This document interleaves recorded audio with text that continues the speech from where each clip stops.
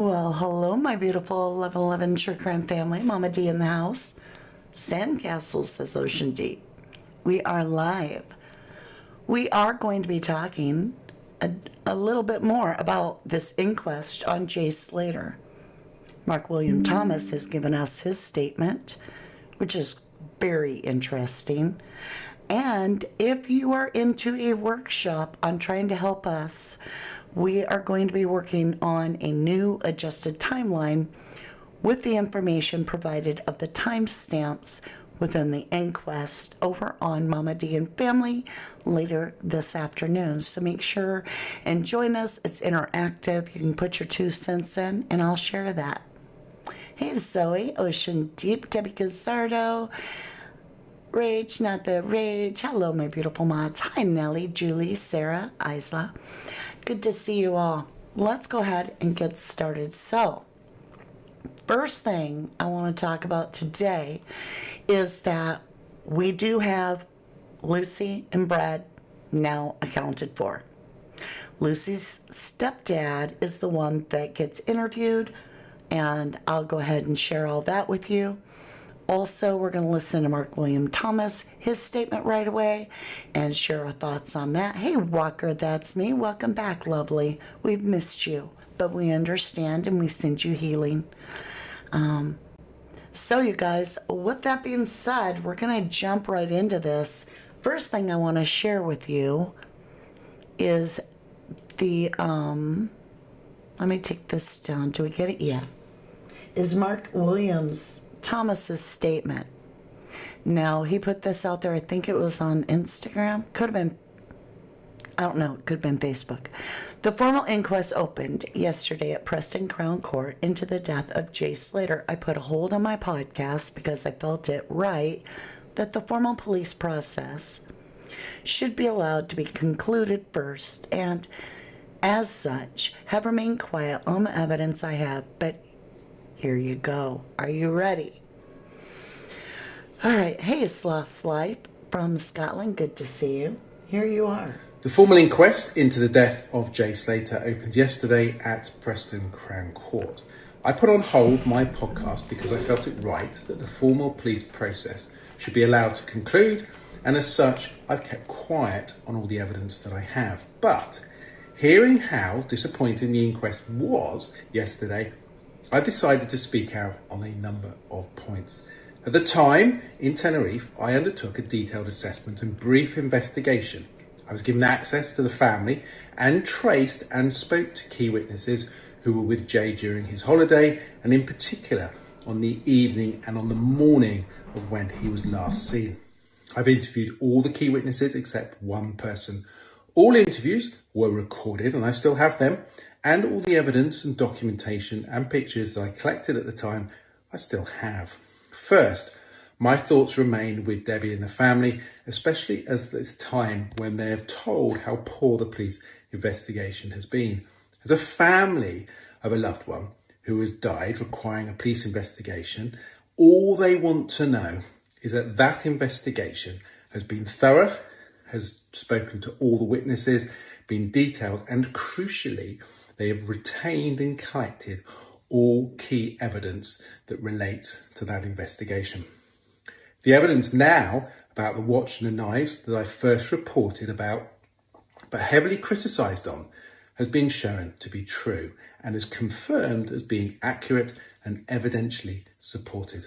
I can confirm that although Jay was pictured with 2 knives in his waist when he stood on the steps of that rental, the knives... Hold on a minute. How can he confirm it when the guy said he never saved the picture of Jay with 2 knives? He didn't have it. He didn't save it. So how is Mark Williams Thomas able to confirm that? Is he just going by what the guy tells him? And that's what Mark William Thomas says, oh, okay, so it's confirmed because you told me. All right, let's continue.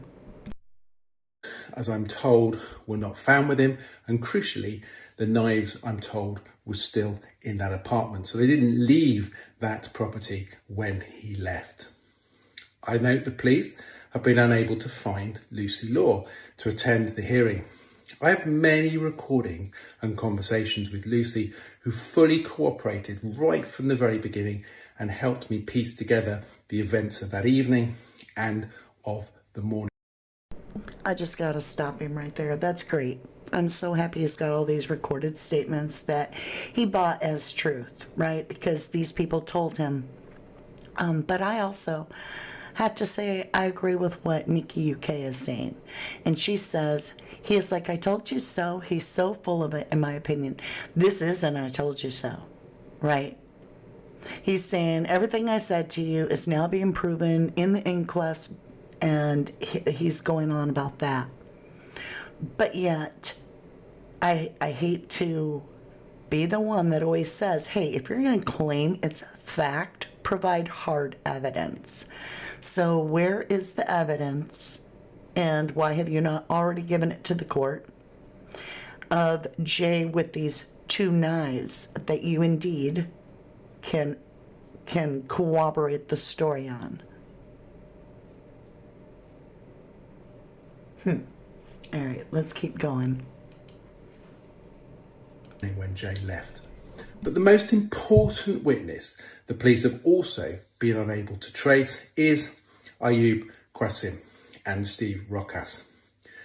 I never spoke to Rokas, but I did track down Ayub and had a number of detailed conversations with him, all of them recorded. I put to him many questions and he answered them. I also have other information about him. I also have WhatsApp conversations with him. And it's from Ayub that I have some very crucial evidence that has not yet been made public, and does provide, I believe, greater context as to why Jay left that property on that morning and took the decision to. Okay. So you nail it. You say, I wonder if he has the evidence. Of it's Johnny Vegas. Sarcasm, of course. That's the exact point. Is that Mark William Thomas goes off these can of beefs. You feel me? Like just a can of beef. Slaps a name on it. Says, all right, somebody told me this, so now it's factual. And, you know, the truth of it is that what he's been told by these, I've been, interviewed all these witnesses and I have their recorded statements. That's excellent. Not because it'll get us, like, the information that the inquest needs to put it to their part and their narrative, but because if we ever do get to a point to where we have a court of law that is, like, thinking this is more than an accident, those statements will be used against what these people say once they're getting used to coming into court. Now, again, Lucy and Brad, we're going to be getting into that in just a minute, but Lucy's family was definitely contacted. They went to the house. So, all right, let's keep going. We're going to finish up. We got about 1:33 of Mark William Thomas. Walk. And to add to the questionable quality of the police investigation, one important image relating to the watch being stolen apparently has now been deleted by the police. I've kept every image relating to both the watch and the knives and other series of communication. Debbie was asked yesterday, was she happy for the statements of Ayub and Rokas to be read out? And she said, no, I want them to attend court. Quite rightly so. I think it's fair to say that after yesterday's hearing, the family will feel disappointed and certainly does not leave one with the view that the police investigation has been both thorough and meticulous. At the time, I offered all my evidence to the Spanish police, but they never responded.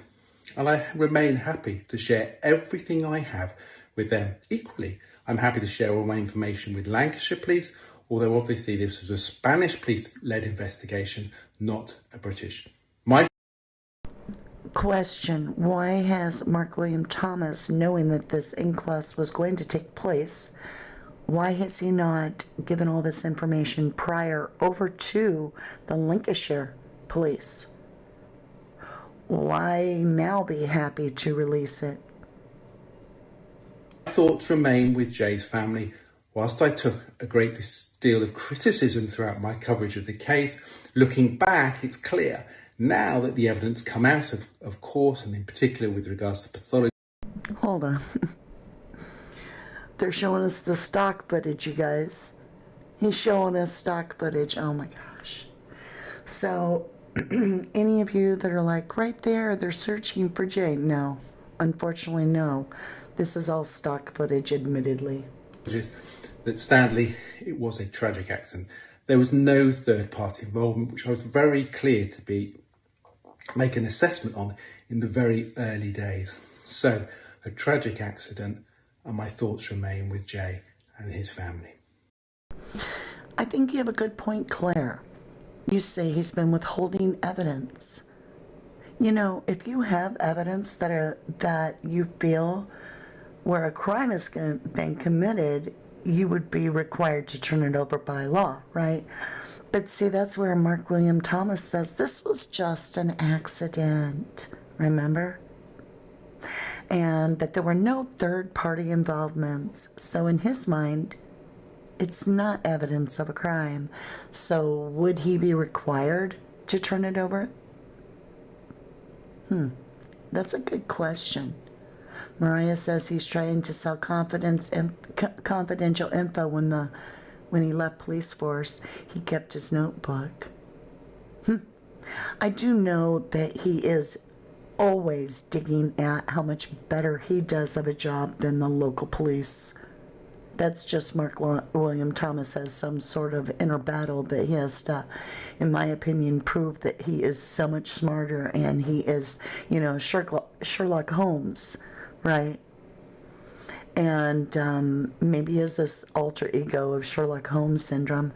But in that, he has always presented the Jay Slater case, even to this day, as if Jay had these knives and that he knows why Jay left the Airbnb, and yet he never produces anything that's a hard copy. Says, here's a photograph of Jay with 2 knives, or these 2 knives were missing. No, the 2 knives allegedly never left the Airbnb. So where's his proof? And it's just out adding this elusive mystery that makes you want to follow his breadcrumb right to his little pocket, so that if he happens to drop a bigger breadcrumb that tells us why Jay left the Airbnb without charging his phone and so forth, you know, we're right there with our eyes and ears wide opening listening to E.F. Hutton talk, right? So that's that. Let's go ahead and get into this. So we have a little update here. I know some people hate the mirror. I get it. But I'm in the U.S. and this is the one that updates me the quickest, believe it or not. We do also have the Birmingham Live that has 6 questions unanswered by the Inquest. So here we go. Oh my gosh, there went my breakfast. Look who's on the screen. Mr. Potato Head himself. Jay Slater updates missing witness Lucy Law is, quote, on holiday in Tenerife. Jay Slater from Oswald Twizzle, Lancashire, went missing in Tenerife after going to a music festival last June. And following a massive search for his body, his body was found in a remote area of the island. Key events. Missing witness on holiday in Tenerife had no idea Jay Slater's inquest was being held. All right, let's get into this. So this is as of today, 1549.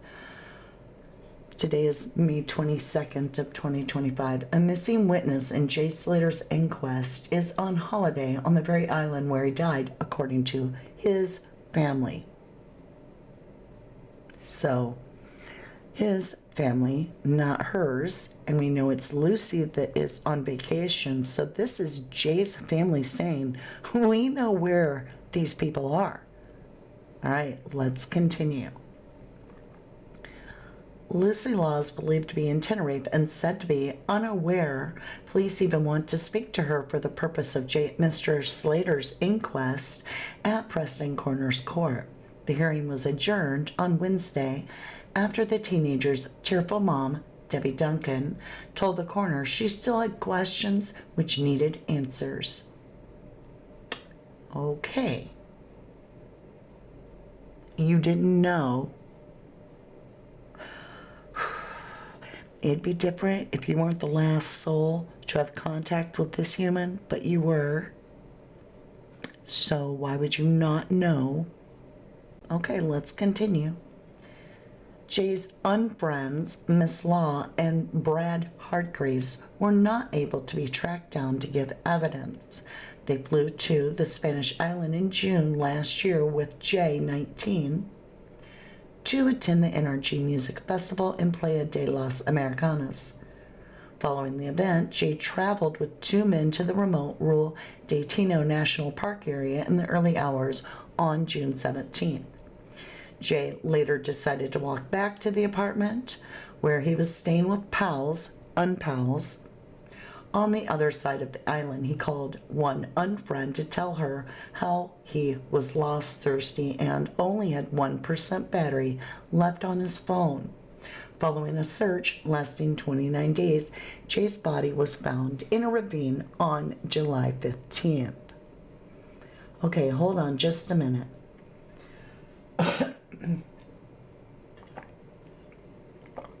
Excuse me. So what I want to do, I want to go through all this on the other channel, I believe. Armchair Detectives didn't help. There wouldn't even be an inquest, most likely, if it weren't for Armchair Detectives. Okay, I retraced Jay's last steps this morning. Okay. So most of that is just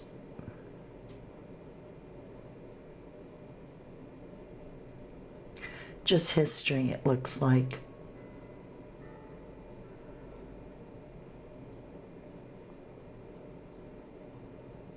I'm reading this part. Yeah, it's nothing new. So, that being said, let's talk about this. 6 questions about Jay Slater's death, which remain unanswered after inquest. And it says the inquest into the sudden death of Jay Slater was unveiled a wealth of new information about the tragic teenager's disappearance and subsequent discovery of his body in a ravine a month later, but there are still unanswered questions. And it talks about, hold on, where's the watch, right? What happened to the missing Rolex? Now, Wax doesn't believe there is a Rolex. I tend to believe there is. Listen to what this says. Investigators questioned taxi drivers and bar staff working near the Papa Beach Club in Tenerife following reports of a fight on June 17th. The same night, 19-year-old Jay Slater was partying there. During the scuffle, a high-end Rolex watch was reportedly stolen.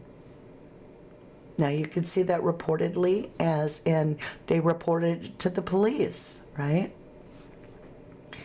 Speculation has been rife about Jay's possible connection to a theft, but the police never unearthed any evidence to back up these claims. Despite the absence of concrete proof, whispers persisted. Isn't that funny? Quack quacks called whispers. Casting a shadow over the mystery of Jay's disappearance, his mother, Debbie Duncan, vehemently refuted the insinuations. Forgive me a minute. I'm going to cough and get a drink.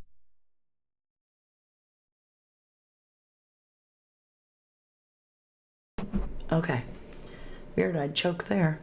His mother, Debbie Duncan, vehemently refuted the insinuations that her son was implicated in the theft, labeling such talk as a vile rumor. Nonetheless, during the inquest into his death, it came to light that Jay had confessed to stealing a $12,000 whatever you want to call it, pounds or whatever, Rolex, and had been photographed brandishing knives prior to his demise in Tenerife last June. Let's stop right there a minute.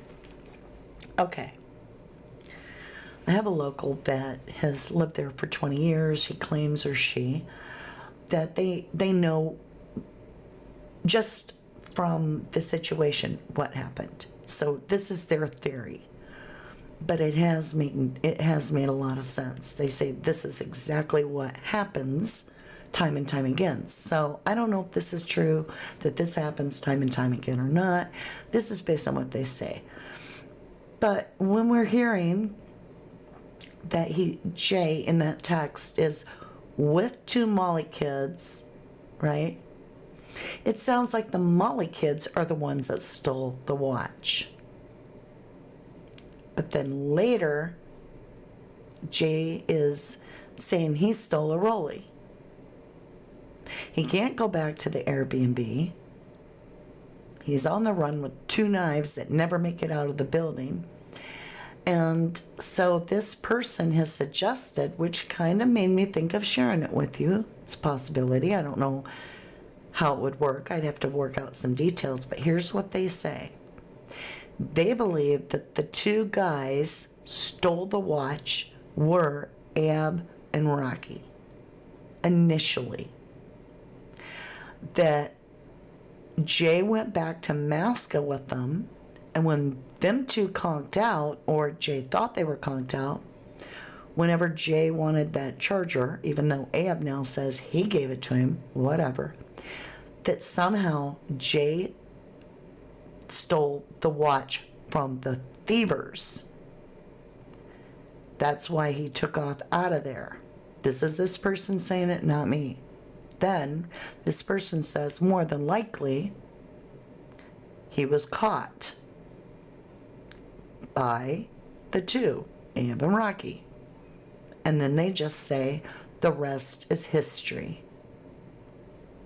And I just wanted to share that out there because at this point I'm open to really listening to why would Jay have left there. Now, everything we hear in this inquest is about how messed up Jay was. Even slurred words, which we're going to read in this article.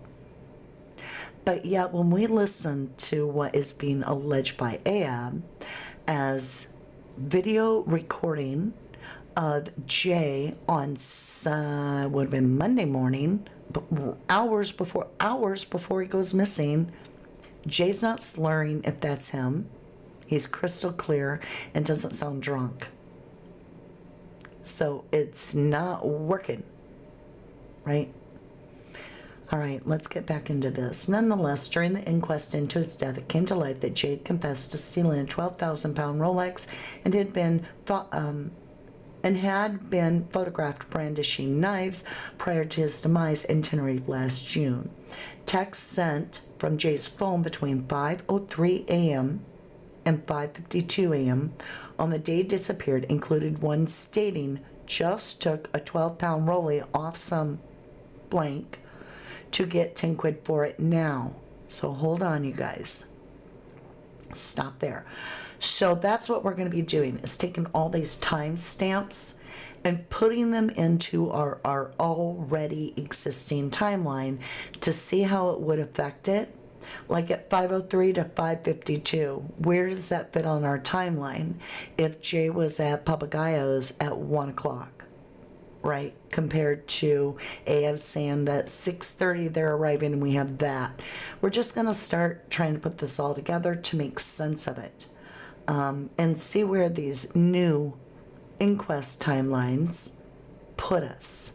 And that's going to be a working Jay Slater case, right, workshop over on Mama D and Family. So we're going to put our heads together. I invite you to put your 2 cents in as well.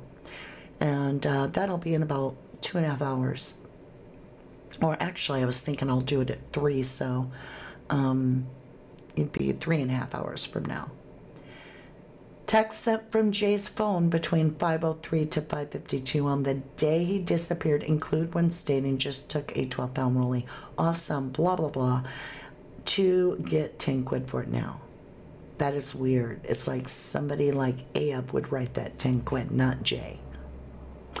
The inquest also heard how Jay wait, stop. Why would Jay be sending pictures of knives in his pants to anyone, let alone some random dude that he met on the airplane? And then the flash of Lucy saying he had a cut on his leg.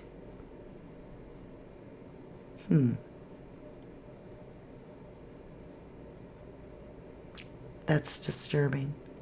That's what happens to me. I'll be in the middle of something, and then I'm thinking about this Josh talking about this knives in the pants. It's just strange. The inquest also heard how Jay messaged witness Josh Forshaw, disclosing, quote, ended up getting thrown out with 2 Molly kids, just took an AP off someone and was on the way to sell it.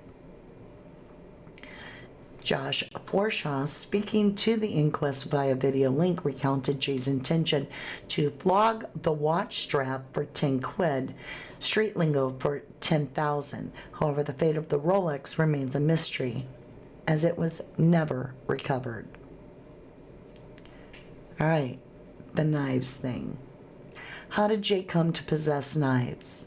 In the period leading up to his death, Jay had sent Josh Forshaw a photograph of himself with, quote, knives down his trousers, accompanied by the caption, in case it kicks off. That would almost make me wonder if somebody was saying, hey, I've got him here, meaning Jay, he can't do anything about it, and I got knives on him. In case something kicks off, I got somebody to blame. But that's just me. Josh shared he didn't report the troubling image to the Spanish authorities. It was only after his return to the UK that Lancashire police were informed about it. The inquest learned no rationale has surfaced as to why Jay had knives on him or thought a situation might kick off. Stop right there. But yet, they all are saying Jay was not showing signs of distress or anger or scare, but almost like glee and happy-go-lucky. If somebody sent me photographs with knives in their pants saying, in case it all kicks off, I wouldn't need a lot more to convince me that something was going down, let alone to find out that they ended up DEAD at the bottom of a ravine. I don't know how much more worrisome you could possibly get, unless you were to say, oh, they also sent me a message that says they marked me. They marked me, right? Or something to that effect, that, he's being watched. What about that picture we thought about yesterday when we heard that remark? That they marked him and, all that. And he's putting his finger to his glasses, pointing to his eyeball. Watch. Right? And we're all like, does that mean the watch? Or I'm being watched? He knew, and he was sober most likely in that picture.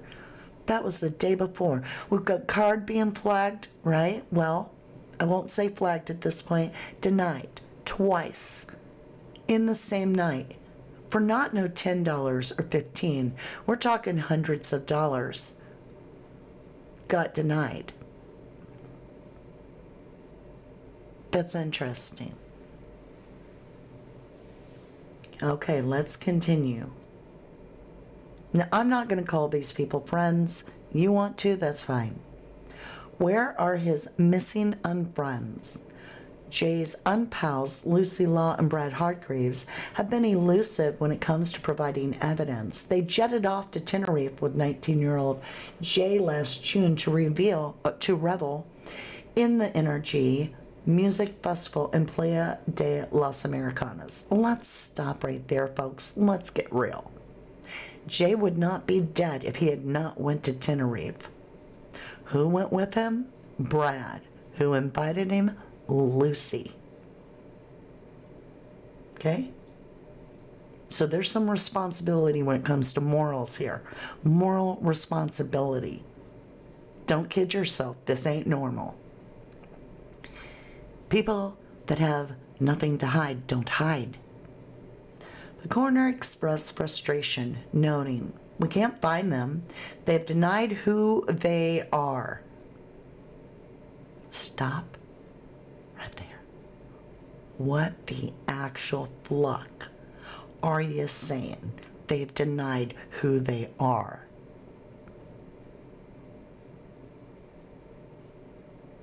So you're telling me if you thought that Big Bird committed a crime, you did your work, you track him down, Big Bird's house, you go over on Sesame Street, you knock on the door, and you're like, "Yeah, come on, you're coming with me, Mr. Big Bird."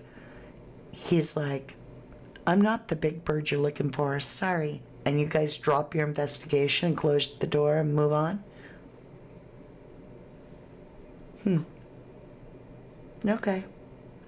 It's believed Lucy, seemingly still in Tenerife, received a distressing call from Jay last June. He told her he was lost with phone battery at 1% and desperately needed water. Brad also holidayed in Tenerife with Lucy and Jay last summer and is believed, according to the Inquest updates, to have gone away again. So you're on vacation and you can't phone in like the Forshaw guy? Like Josh, you can't phone in? You're too busy on your vacation to even pick up the phone for Jay Slater?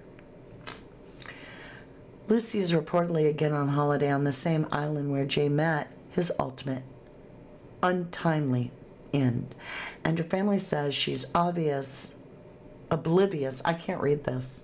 It's just so mind-numbing.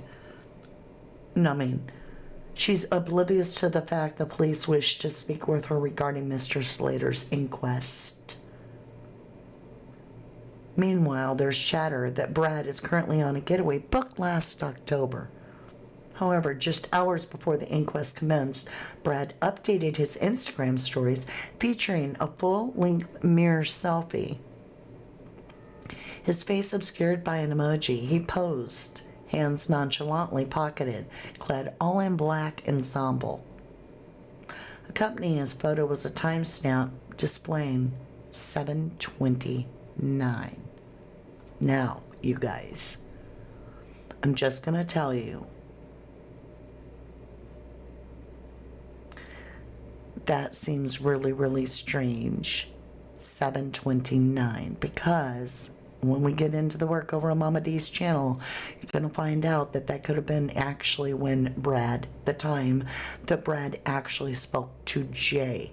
It not being 8:30-ish, blah, blah, blah, but be more like Josh is saying 7:30, and I'll get into that with you. So that's interesting.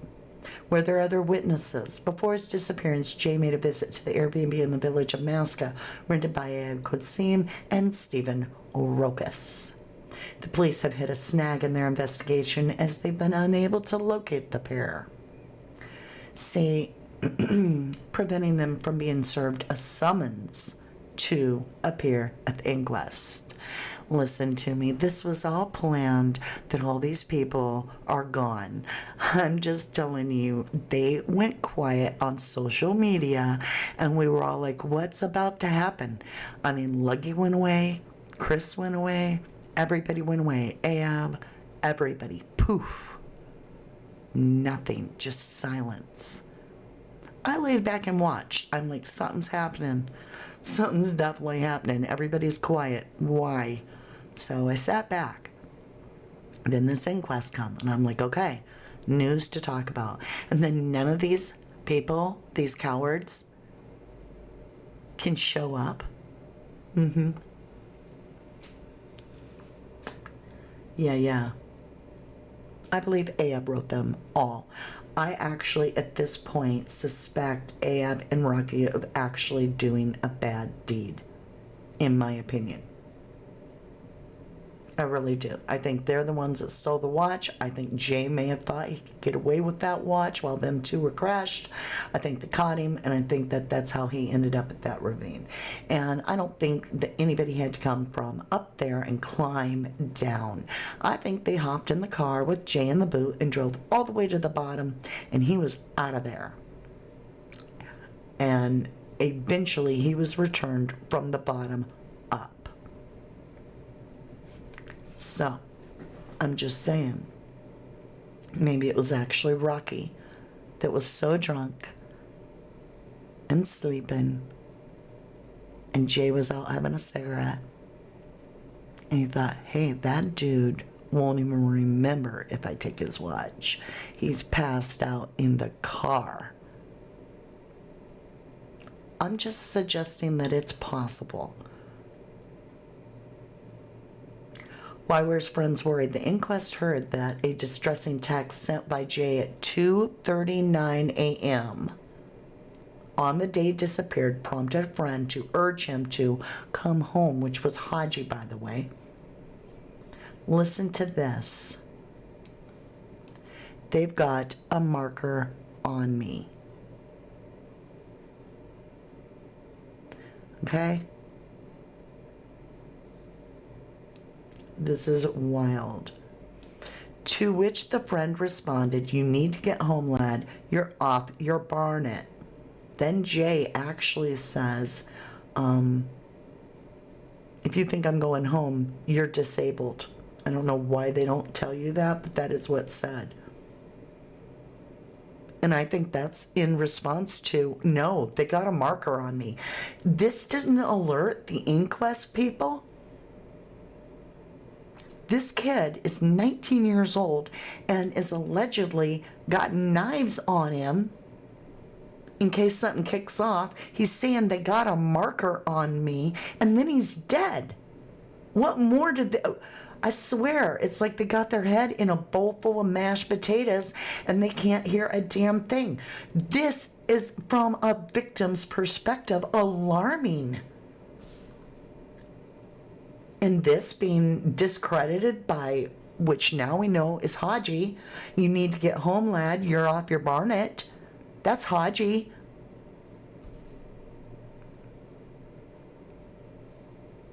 Yeah, he's in on it. Investigative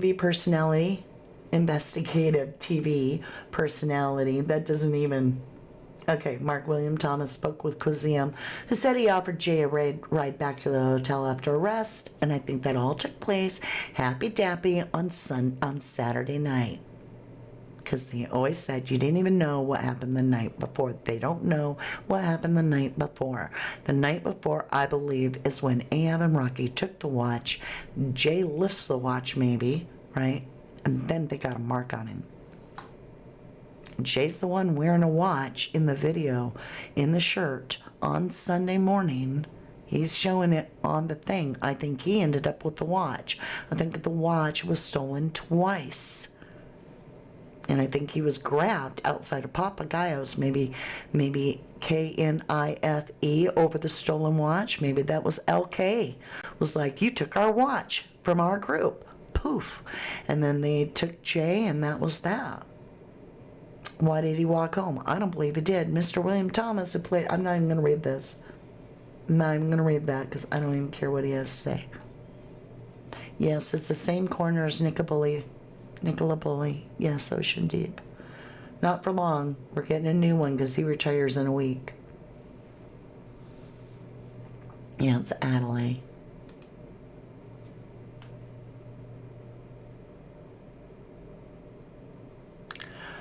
Right, what time? Good question, Star Winters. We're going to have to dig into everything. Much more. I hope this is the one that does this. Let me see if it goes all the way back.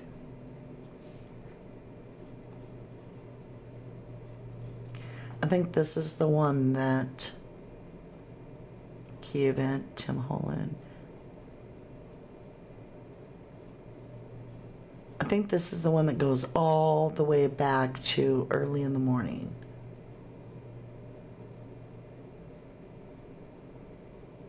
I'm just checking for times, you guys, because this is what I want to use, is where they detailed it by time. Okay. So we're going to go with that. I will be on here. It'll be 3 o'clock U.S. time, and then add 6 if you're in the U.K. So it'll be about 9 o'clock, something to do in the evening. If you can't sleep, jump over and help us get this timeline together. We're definitely going to be trying to understand. And in between there and then, I'll look for a better, or if you have a better breakdown of the inquest where it states the times of everything, just email me, rubberducky2005@yahoo.com. Yeah, there's so much to go over. We're just going to have to break it down little by little by little.